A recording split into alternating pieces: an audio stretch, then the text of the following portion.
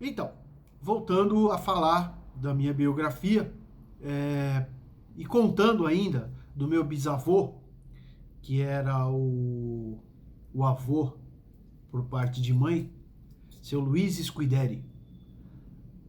Eu achava ele. Olha, eu tenho muita felicidade de ter conhecido meu bisavô. E ele era um italiano daqueles bem bravo mesmo, não tinha conversa com ele não. Ele costumava dizer que se um neto dele fosse bandido, ele mesmo matava. Ele tinha opinião forte. E viveu numa época que as coisas eram difíceis. Então ele morou aqui na várzea da Vila Olímpia, que era uma região de mato, e depois futuramente comprou a chácara dele, que era lá no Real Parque, do outro lado do Rio Pinheiros.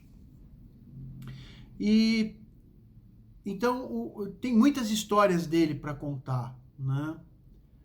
Ele, ele dizia que na época que eles vieram da Itália, ele sobreviveu à peste negra porque ele comia cebolas. Ele comia cebolas como se fossem maçãs. Não sei, não saberia dizer na medicina o efeito, se isso é verdade, mas como a gente tem o Covid hoje, era uma tentativa e diz ele que deu certo. Tanto que ele ficou vivo. Então, tinha muitas histórias. Ele, na época, como ele morava na região de Várzea, ali da Vila Olímpia, então ele caçava, ele tinha uma espingarda e ele caçava. Então ele caçava aqueles ratos, que era uma ratazana, aqueles ratos do mato, né? Que era uma ratazana, e entre outros bichos. E ele comia, inclusive, cobras. E na época que ele casou, ele tinha uma única filha, chamava Maria de Lourdes. E ela era criança e ela gostava muito de carne de cobra, porque diz que parece peixe. E tinha uma vizinha, que essa vizinha não tinha filhos. E essa vizinha era apaixonada por essa criança, disse que ela queria a criança para ela. É lógico, meu bisavô não ia dar a filha para eles. Então, ele, pura e simplesmente, uma tarde, essa mulher, essa vizinha, trouxe a, uma carne de cobra para a menina, porque a menina adorava. A menina comeu, passou mal logo em seguida e morreu. E não tinha autópsia, não tinha nada naquela época, não tinha. Simplesmente enterraram a criança. A desconfiança da minha bisavó é que aquela carne era de cobra venenosa e a menina morreu porque comeu. Mas ninguém provava nada e ficou por isso mesmo. E aí, anos mais tarde, a minha bisavó engravidou de novo e teve mais uma menina. E o nome dessa menina foi o mesmo nome da outra que faleceu, Maria de Lourdes, que acabou sendo minha avó. Né? A pergunta curiosa, será que se a minha avó tivesse sido a outra que morreu, será que eu não tinha tido mais felicidade na vida? Vai lá saber, né? E o meu bisavô, então, ele tinha mais dois irmãos. E esses dois irmãos moravam em Itu. Então eles foram para Itu, meu bisavô ficou em São Paulo. E desses dois irmãos dele, ele tinha... Um era barbeiro, na época barbeiro lá em Itu. E o outro irmão, ele fabricava cadeiras. Ele era casado com uma senhora chamada Paula. Era Paula, se eu não me engano. E ele era conhecido em Itu pelo nome de Cadeirinha. Você perguntava quem era o Cadeirinha, todo mundo conhecia. Era ele e a tia Paulinha. Então os dois moraram sozinhos a vida inteira. Ele, pura e simplesmente, o ofício dele era fabricar cadeira de palha. Né? Então você ia lá, você voltava com uma cadeira de palha. Ele era uma pessoa super bacana, cara. Eram pessoas agradáveis.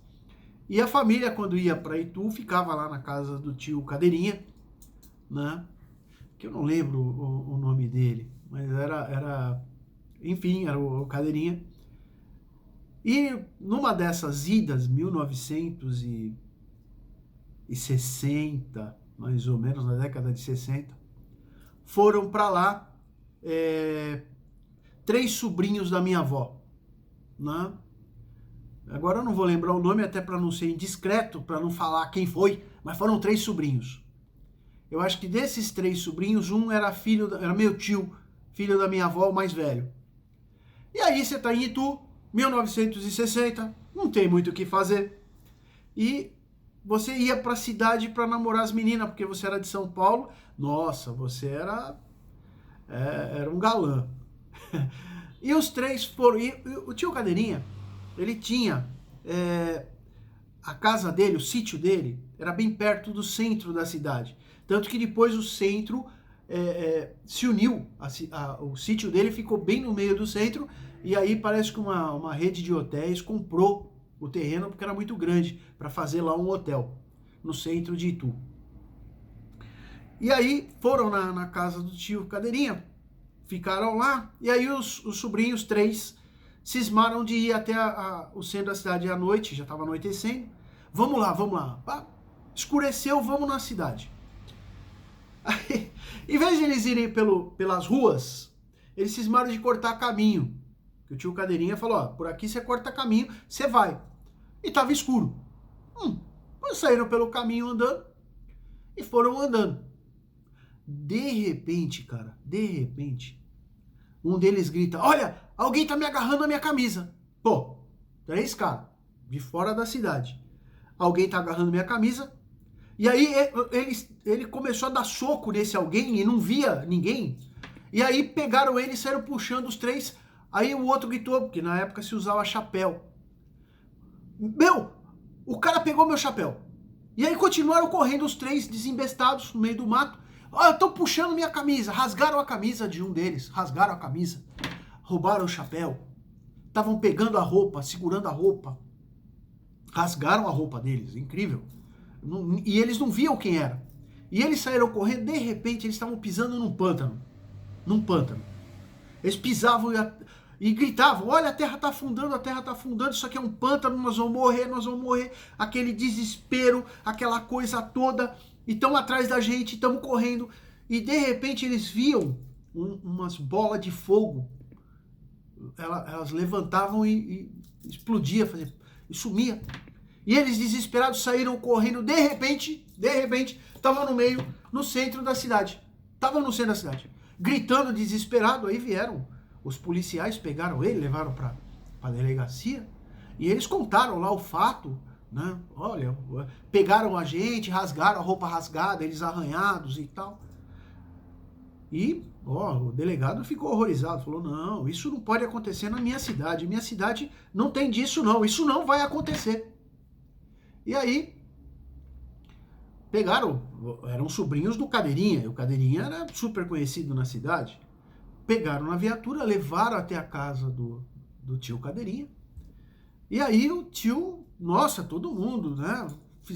Deram água com açúcar e tal. Falou, olha, nós vamos começar a investigar essa noite. E assim que amanhecer, nós vamos vir pegar os meninos, vamos levar para a delegacia, pegar o depoimento, nós vamos pegar esses caras. O tio Cadeirinha ficou muito agradecido e tal. Bom, no dia seguinte amanheceu. Tava a viatura na porta do tio Cadeirinha. Veio o delegado. E o tio Cadeirinha já descobrimos tudo, pegamos os indivíduos, inclusive, tá tudo esclarecido, pode ficar tranquilo. Mas o delegado, ele falava e ele sorria. O tio Cadeirinha achou estranho, né? Sobrinho não ia deixar ali sozinho. Quando eles foram pro carro, os 2 policiais que estavam no carro riam. Eles olhavam e riam. O tio Cadeirinha achou estranho e falou, pô, tem alguma coisa errada. Pegou os três molecão, 16, 17, 18 anos, puseram dentro do carro e foram pra cidade. Pararam na porta do cemitério. Os meninos, não, por que nós estamos por aqui? Falou, porque os caras estão aqui dentro. Como? Dentro do cemitério? Desceram. Rapaz, os coveiros queriam bater nos moleques. Os coveiros estavam bravos. Os moleques correram. E quando eles correram, Eles entraram, porque o cemitério não tinha muro no entorno. Era tudo mato aquilo. E eles entraram, eles pisavam, e as covas eram na terra. E conforme eles pisavam, afundavam. Então eles acharam que estavam num pântano. Mas não, eles estavam pisando nas covas. Meu, aquilo afundou, e chutaram planta, e, meu, tava tudo uma baderna. Eles fizeram uma baderna por onde eles passaram. Pô, então, foi aqui, beleza, né? Mas cadê os caras? Estão ali dentro, no meio do mato.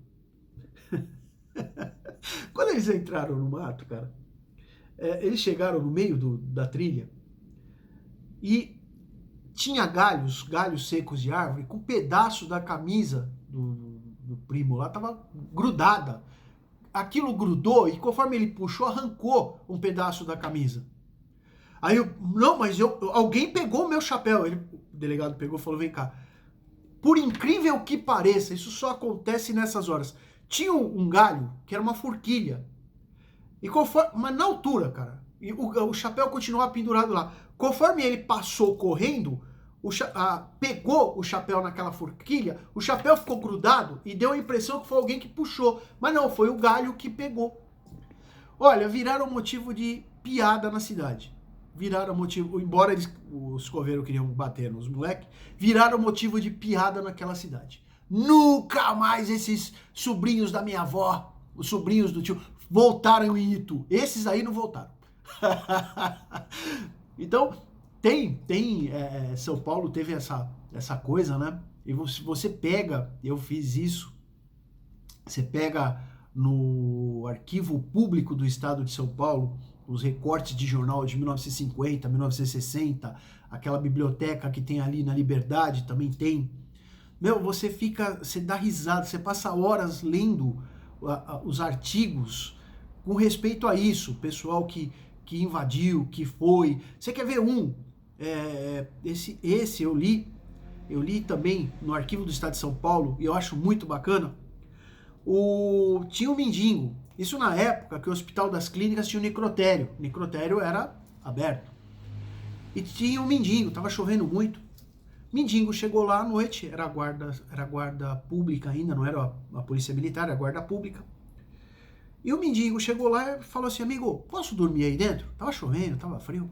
O cara falou, amigo, isso aqui é um necrotério. Ele falou, olha, eu não vou incomodar ninguém. Se eles não me incomodarem, pode ficar tranquilo, eu só quero deitar. O guarda ficou, sabe, sentiu aquela solidariedade e falou, ó, deita aí no cantinho, mas eu só vou ficar até meia-noite. Depois da meia-noite você vai ter que ir embora, porque vai mudar o turno, né? Vem outro guarda, eu não posso te deixar aqui dentro. Não, pode ficar tranquilo, eu só quero me esquentar um pouquinho que tá frio. Puxou os jornais, ele tava com o jornal embaixo do braço e deitou lá no canto, no corredor do necrotério, tava escuro. E o guarda ficou por ali, isso era umas 7, 8 horas da noite, o guarda esqueceu que o mendigo tava deitado lá dentro. Quando foi meia-noite, veio o outro guarda. E ali era o seguinte, não sei quem conhece o Hospital das Clínicas, era na subida, né? E lá embaixo, no Largo da Batata, tinha o quartel da guarda. E os guardas ficavam lá, era tipo militar mesmo. E aí, trocaram a guarda, o guarda que entrou era medroso. Tava com medo, ele já tava contando que ele não queria ficar ali, mas o superior mandou, ele tinha que ir, tinha que cumprir a escala. Aí tá bom. O guarda saiu e esqueceu o mendigo. O mendigo ficou lá dormindo. E o guarda que ficou ali, o outro desceu, foi pro quartel, o outro ficou ali na frente, ali na guarita. E nada, e passou meia-noite, passou 1 hora da manhã, 2 horas da manhã, o mendigo acordou. E o mendigo acordou sabendo que ele tinha que sair. E começou a juntar os jornais ali no corredor. O guarda, ao escutar o barulho vindo lá de dentro, o guarda foi até o corredor todo apagado, e gritou, quem tá aí? O mendigo não falou nada, porque só o mendigo tava aí. O guarda gritou, quem tá aí? Ninguém falou nada, e continuou juntando os jornais. Aquele barulho de jornal, né, no corredor, ecoa, fazendo aquele eco, recolheu, e o guarda com o revólver na mão, apontando com o revólver. De repente, já sai o mendigo, rapaz, aquele barbudo, grisalho, sujo, a roupa toda, com o jornal embaixo do braço. Sou eu. Ah, não prestou. O guarda soltou a arma, ele deixou cair a arma, saiu correndo, desceu, eu não lembro o nome daquela rua, se é Cardeal, alguma coisa, eu não sei. Eu sei que ele desceu aquilo tudo até o Largo da Batata, cara. É longe, você atravessa Henrique Schaumann, é lá embaixo. Ele desceu correndo. Ele entrou no quartel, pegou o sino e começou a badar lá o sino. E tocava o sino freneticamente, com nem louco. Ah, o quartel inteiro acordou. Ele deu aquele bum, tudo acendeu. Todo mundo, o que aconteceu? Ele falou, os mortos estão fugindo do necrotério. Corre que os mortos estão fugindo do necrotério. Nisso, o oficial, pegaram todos os guardas, e o guarda que tinha estado lá no necrotério estava junto. E ele também não lembrou, ele, no meio daquela confusão, ele subiu junto. Subiram os carros, todo mundo. Quando chegaram no necrotério, todo mundo apontando a arma, tava o Mindinho parado lá, com o jornal embaixo do braço, a arma continuava caída, e né, todo mundo, aí o guarda que fez a escala lembrou e falou, meu, desculpa, chegou pro superior, e aí perguntaram, mas por que você não correu? Ele falou, eu vi todo mundo correndo, não sabia o que acontecia, todo mundo era o guarda, né? Eu fiquei aqui tomando conta. Então você vê, é sugestivo a coisa. Então, essas histórias, cara, tem um monte, se eu for contar, eu acho que aí o vídeo fica muito longo, e eu gosto de contar história, né? A minha avó, filha do meu bisavô, Maria de Lourdes, ela morava numa casa na Vila Olímpia. E os filhos dela eram pequenos, né? E aí, pura e simplesmente, chegou um sobrinho para tomar conta dos filhos, que ela teve que sair para trabalhar. E ele começou, estava chovendo, estava relampeando, ele começou a contar histórias de monstro, de bicho para as crianças, e as crianças desesperadas, né? Com medo, tudo escondido embaixo. E, o bicho vai te pegar, vai sair e tal. De repente, ele contando uma história que o bicho jogava pedra em cima do telhado para as crianças irem para fora para pegar. De repente, pedras em cima do telhado e rolaram. Ele parou, olhou. Quem tá aí? Ele era moço, né? Mais velho. Quem tá aí? Ninguém falou nada. Aí continuou contando a história. Falou, não, e o bicho vai vir, o lobisomem, ele começa a arranhar a janela. Ah, não deu outra. Começaram a arranhar a janela. Rapaz, era o Zé. O Zé, ele, quem tá aí? Quem tá aí? E ninguém respondia. E aí, pedra de novo em cima do telhado. E as crianças, desesperadas, as crianças estavam de grito, né? Tudo isso embaixo da mesa, tudo de grito. O que o Zé fez? O Zé pegou um pedaço de pau, abriu a porta, era o marido da minha avó, meu avô, né? Ele abriu, meu avô fez buh! Ah! O Zé corajoso com o pedaço de pau caiu sentado no chão. E a última coisa que eu acho legal de falar do meu bisavô, dessa parte, né? Da parte da minha mãe, é que ele era italiano. O sobrenome do meu bisavô era Scuideri. S-C-U-I-D-E-R-I, né? Scuideri. E por causa da guerra, da Grande Guerra, foi proibido registrar os filhos dele com o sobrenome dele, italiano, porque a Itália fazia parte com a Alemanha, né?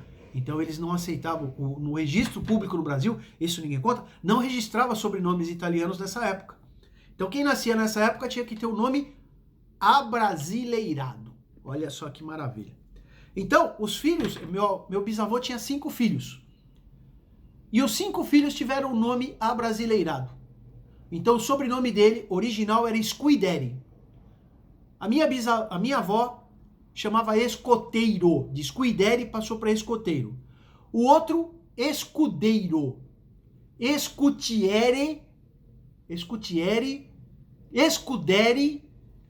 E a última eu nem lembro o nome, cara. Eu sei que nenhum dos filhos do meu bisavô tinha o nome Scuideri. Por quê? Porque era proibido no Brasil naquela época.